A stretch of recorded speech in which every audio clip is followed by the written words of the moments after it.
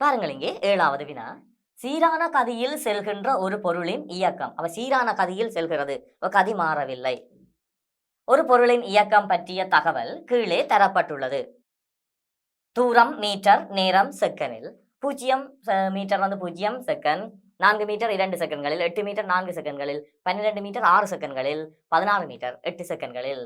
பொருளின் கதியை metre per செகண்டில் காண்க. அப்ப பாருங்கள் சீரான கதி. அப்ப பாருங்கள் 2 செகண்ட்கள்ல 4 மீட்டர். அப்ப 4 கீழ் 2. 4 செகண்ட்கள் 8. மிக இலகுவாக எழுதலாம். பாருங்கள் 8 கீழ் 4 எவ்வளவு?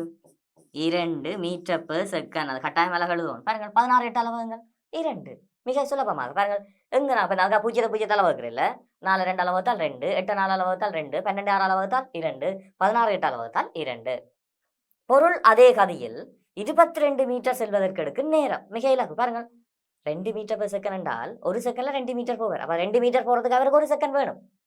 ஆனால் இப்ப பாருங்கள் 22 மீட்டர் போயிருக்கிறார். ஆகவே 22 2 வகுப்பு. ஆகவே 11 செகண்ட்கள். 11 என்ன?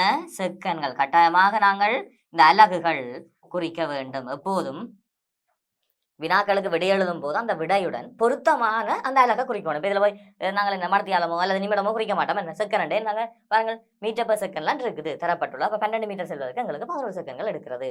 மிக இலகுவாக நாங்கள் இதனை செய்து கொள்ள முடியும். இதற்கும் 2 பகுதிகள், ஒவ்வொரு புள்ளிகள். பாருங்கள் இந்த பகுதி 1A உள்ள மிக இலகுவான வினாக்களுக்கு நீங்கள் அதிக நேரம் எடுத்துக்கொள்ளக்கூடாது. இலகுவான வினாக்களை மிக வேகமாக நீங்கள் செய்தீர்களானால் சில கடினமான வினாக்களை உங்களால அதிக நேரம் எடுத்து முயற்சிக்க முடியும். பாருங்கள்